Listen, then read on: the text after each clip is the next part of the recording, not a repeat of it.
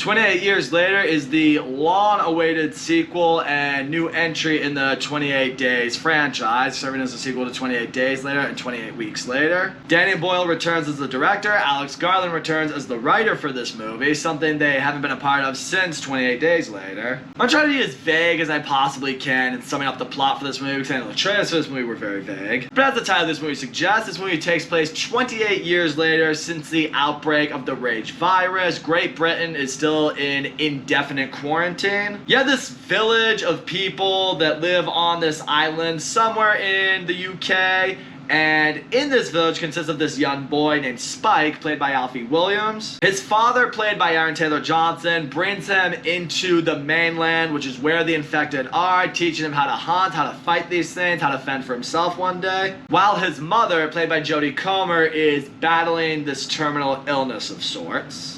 Best way I can describe this movie without hopefully spoiling anything. This was one of my most anticipated movies of the year, and the sole reason for that is I thought the trailer of this movie was fucking awesome. Really, the marketing in general. I'm someone who had never seen 28 Days or 28 Weeks Later prior to the trailers being announced for this movie, so I didn't really know a whole lot what to expect with it. I mean, I knew it was a zombie type of movie, but when I saw the trailer, I was completely hooked into it. I mean, the vibe, the setting, the atmosphere, it looked like it was gonna go back to being that zombie apocalypse type of movie that I think a lot of us have been hoping for. And that's just testament you have to give to the marketing of this movie. The fact that I didn't really know anything about this franchise, I hadn't even seen the previous two movies, the fact that the trailer alone got me so hyped to see this movie is really saying something. I can't remember the last movie I saw whose trailer alone was enough to make me go, yep, I am seeing that day of release. I did eventually get around to seeing both 28 Days and 28 Weeks Later. I enjoyed both of them. I definitely prefer 28 Days Later over 28 Weeks Later. And one thing that I will give 28 Years Later right out the gate is I do appreciate how it continues to show us how the world has developed through this virus. Most of the rest of the world has been able to fight it, has been able to push past it, has been able to beat it, but Great Britain just remains in indefinite quarantine. They cannot get past this thing. So I really like seeing this little village, this life that these people have just chosen to live for themselves. You know, the new education system they have, the new careers that you are now destined to pursue, how you will survive in this life, how they avoid the infected coming to kill them, how they're able to get onto the mainland at the right time. That was all very fascinating to me. Like, they built this whole surviving culture around the rage virus, and I appreciated that. And before I forget, I have to get into the performance of this movie because the acting across the board I thought was top-notch throughout this entire movie, but I really need to give credit to Alfie Williams, who plays the young boy Spike in this movie.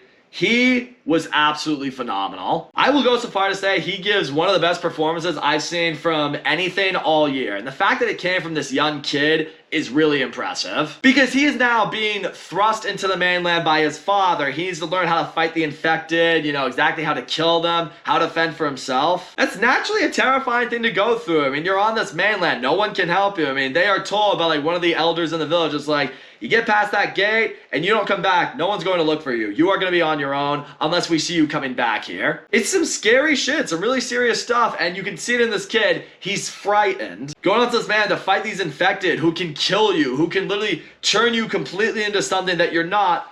It's nerve-wracking for anyone. So seeing him step onto that mainland initially with all this fear and doubt in himself was completely relatable. But throughout the movie, you also see a lot of progression in him. You see him develop more as a character. You see him become more confident. You see him take more charge. Like, it's the perfect reflection of what anyone who's going through a really rough period in life would represent. It's like, these guys, these people, these children don't have time to be kids. Like, he had to grow up really quickly. He has to take charge. He has to take care of the people that are in his life. So he doesn't have time to be scared. If he does, he's got to get over it quickly. And he really illustrated that here. I know the trailers probably didn't market it as much, but a lot of the movie is really riding on his shoulders, and I thought he did a phenomenal job. I thought Aaron Taylor Johnson was good in the movie, but I will say this much. He's not in the movie for as much as maybe we were all led to believe he would be in this movie. Reflecting on the movie, he was in the movie for maybe half the movie. I don't think I could even go that far. Maybe more like a third of it. I enjoyed his character in the movie. I enjoyed seeing him, really trying to guide his son, really trying to push them to understand what they are having to deal with. Part of me does wish I could have seen more of him. Maybe they are setting his character up for future movies, but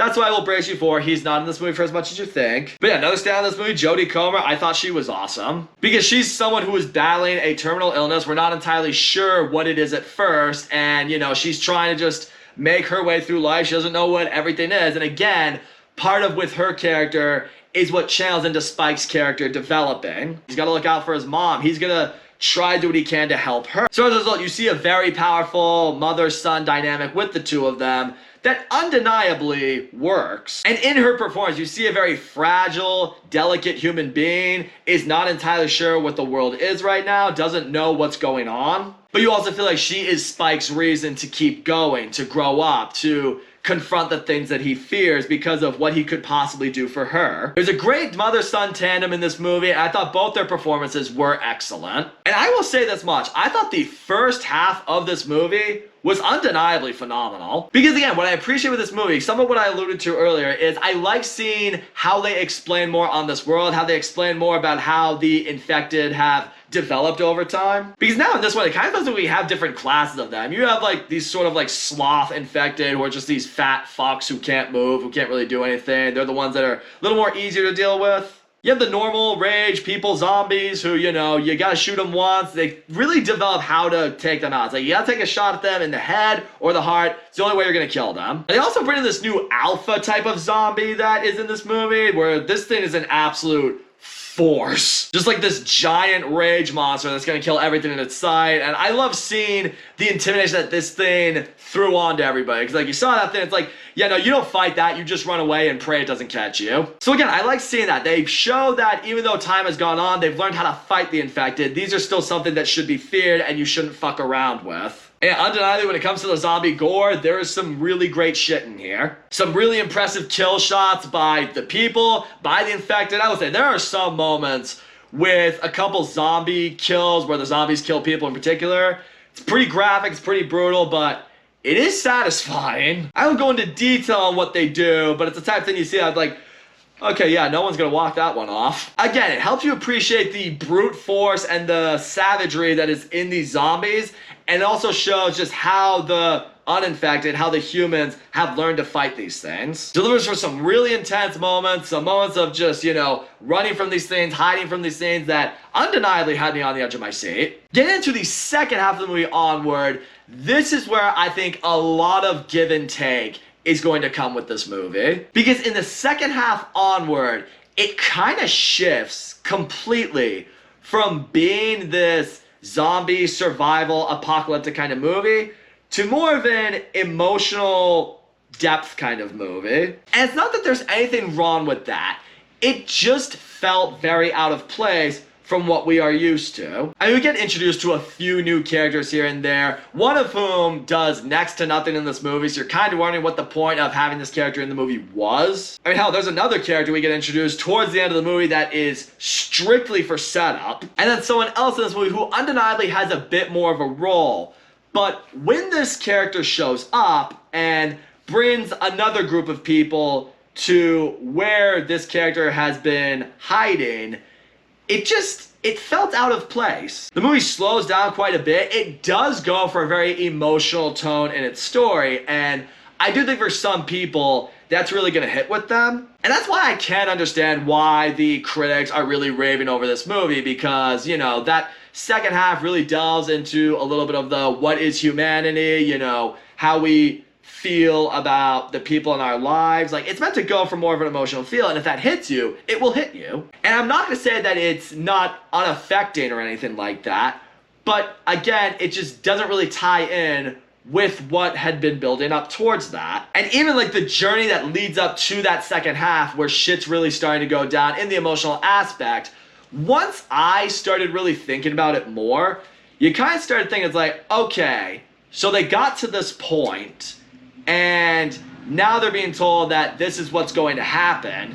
It kind of has you wondering to yourself, well, what was the whole point of the journey? I guess you could argue the point of the journey was like self-discovery or finding, you know, what you're capable of doing. Fine. But for me, it really doesn't work in the sense of what the goal was with certain characters and what the whole point of the movie was trying to become. And there's even an element of the movie that the characters come across and they decide like, all right, well, that happened, so we gotta take that in and try to see if we can help it or do something with that. I don't know, part of me feels like they could have delved a little bit deeper into that, and I mean, they kind of talk about it briefly, but then, you know, it's just kind of there. It doesn't really provide as much to the story as I would have hoped. And I understand I'm being extremely vague for you guys right now. That's just, I really don't want to spoil this movie for you guys. The trailers clearly didn't want to spoil anything, so I don't want to spoil anything. I guess that's just really what it's going to come down to right there. If you're okay with the second half of the movie being an entire tonal change and feeling a bit like a different genre even than the first half of the movie was, you will be able to roll with it. If it hits you a type of way, I think you'll be fine with it. I think you will find this movie excellent. If, however, it feels too different for you, it feels a little too out of place for you, and it doesn't leave you with the fulfillment that you were expecting going into this movie, that you probably even had throughout the first half of the movie like I did, you'll undeniably walk out of this movie feeling a little bit disappointed.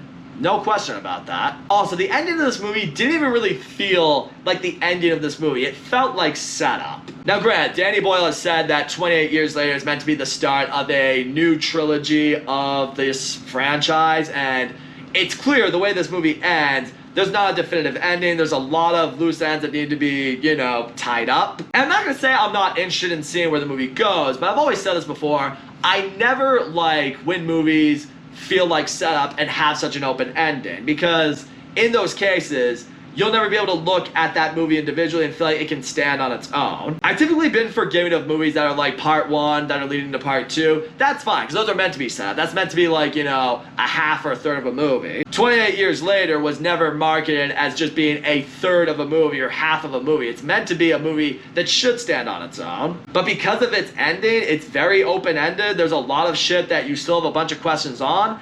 And I don't like that I walked out with a lot of unfulfillment. I mean, who knows? Maybe if this trilogy does in fact happen, I know we're supposed to get the next one next year, so maybe by the time it's all wrapped up, maybe I will reflect back on 28 Years Later and feel better about it, feel more fondly towards it, because then it will be wrapped up as this big story. But for now, I can only judge it what it is, and that is how I feel. So all in all, 28 Years Later, it has things to love, and it has things to not really love. The acting across the board is excellent. That kid, Alfie Williams, I hope he gets a lot more work for himself going forward, because he really put this movie on his back. Jodie Comer, I thought also was great in this movie. I liked seeing the side that she was able to bring, the vulnerability, just, you know, how she's able to assist in her son's development as a character. I liked how it delved more into the world. I liked seeing more of what the rage zombies have become. Has some great kills, has some satisfying gore, has some really intense ones that have you on the edge of your seat. Movie takes a massive shift in tone around the second half of this movie that goes for more of an emotional,